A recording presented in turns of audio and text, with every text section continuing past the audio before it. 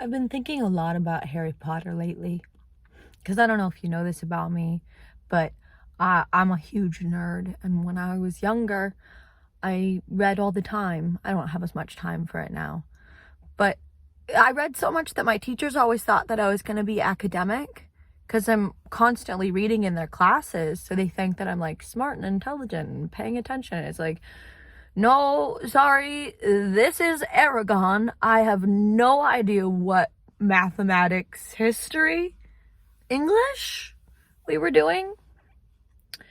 But I didn't get to read Harry Potter when I was a kid because I also grew up really conservative Christian, and Harry Potter was about magic, and so it was kind of forbidden. It was hard for me to get access to the books as they were coming out when I was in elementary school.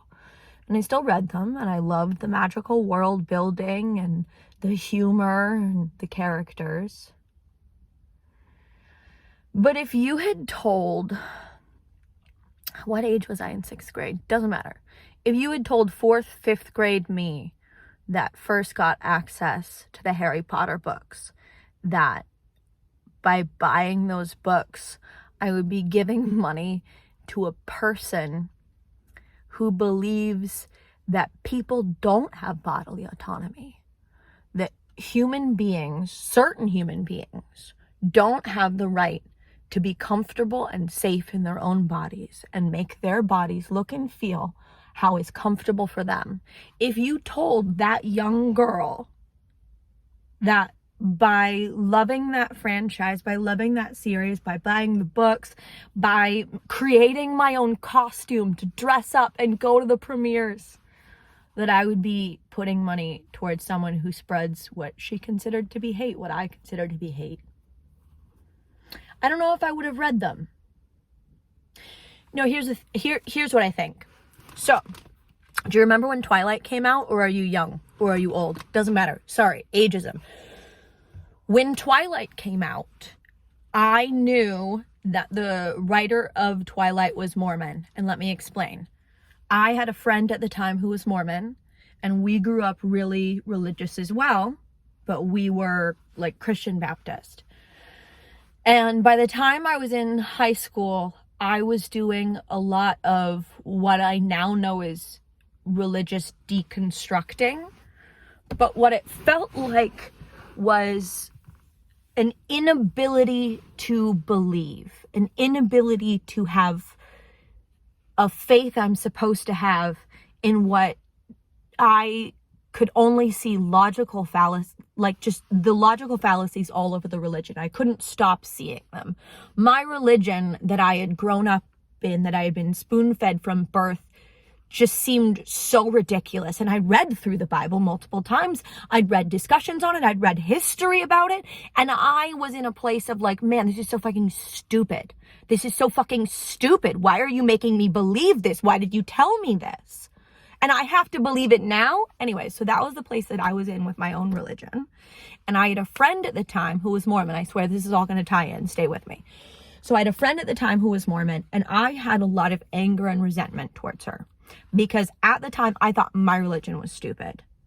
And here's my friend, perfectly intelligent, highly creative, brilliant, compassionate, empathetic, intelligence, emotional intelligence, way up there. And yet we'd have deep discussions and she would fully believe that she had to wear the special underwear, that once she got to the right age and got to go to the temple, that she got given her special underwear, that she fully believed this person who was independent and believed in her own worth and the power of women, fully believed that she needed to be beneath her husband, and her whole purpose in life was to find the right man of God for her.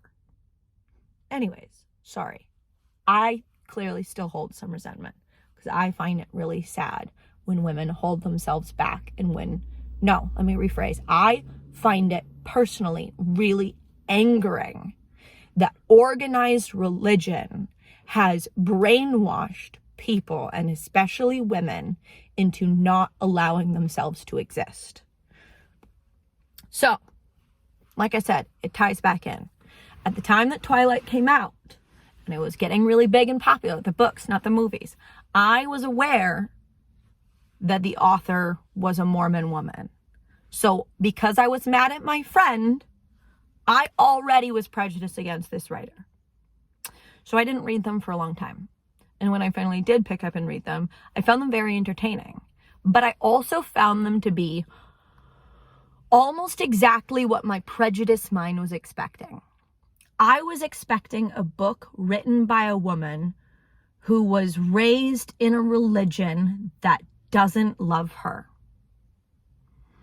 I was expecting a book written by a hopeless romantic who's been told that she was worthless since birth. And I expected to see a lot of language confirming a lack of self-confidence, a lack of self-worth, a lack of self-esteem. And I did get that. And because I related to that upbringing so much, I found them actually quite enjoyable. I just wish I had known that about J.K. Rowling before choosing to consume her universe. I wish I had been afforded the knowledge, not why my mother didn't want me to read the books, which is that it's about witchcraft and that's dark magic and of the devil,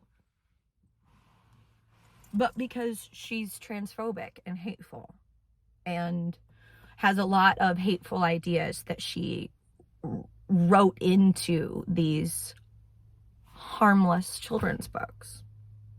I wish that I'd just been allowed to know that before reading them, because I don't think it would have meant that I wouldn't have read them. I might not have spent money on them. Maybe me and my friends would have shared around the copies of books like we did, just to learn about what is happening and what we need to be aware of. But I don't think I would have made a cloak, paper mache a wand. And I don't think that that would have been sad for me. I think that, one, I'm a little bit of a judgmental elitist, and I was even worse back then. So I probably would have really enjoyed like boycotting something for good reasons and like lording it over people. I mean, I am a little bit obnoxious that way. But I do think that other interests would have taken its place. I made a different cloak. I also sewed a full cloak because of Lord of the Rings, and I wanted to look like a hobbit. So, but I knew that J.R.R. Tolkien, a lot of different names that I'm trying to remember at this point. Sorry, initials are freaking me out. But I knew that Tolkien had like a Christian background, and I knew his background, so I knew his morals, so I knew where he was coming from in the certain call-outs that are happening in the book. I guess mostly what I've been thinking about is this concept of, oh, we have to separate the art from the artist. Why can't we just enjoy things? It's because no one is unbiased. No one is just creating art out of a vacuum. They are creating their art from their own point of view. And I'm not saying that we all have some sort of right to know what point of view they were coming from, but if it's pretty obvious to a large group of people that that point of view is hateful and causes harm to groups and perpetuates harm against groups, I don't think we need to be so up in arms about defending it. I think we can go, yeah, that's what it is.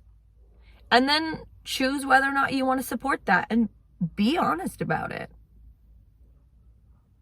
If you don't care about other people's bodily autonomy, just say so. And say it louder so I know who to avoid. Oh my God, there's a turkey. Do you want to see it? I don't know if I can show it to you. I probably can't. Wait, here. Never mind, the turkey walked away. Okay. I'm gonna go get on with my life now, but thanks for listening to my rant. If you hung out with me, I don't know if it's super relevant. I don't know if it would help you think, but it helped me think, and that's what I've been thinking about. And it feels really good to have that solidified in my head. Okay, bye. Have a great day. Love you. Turkey. Turkey. Hello. Do you want to be my friend?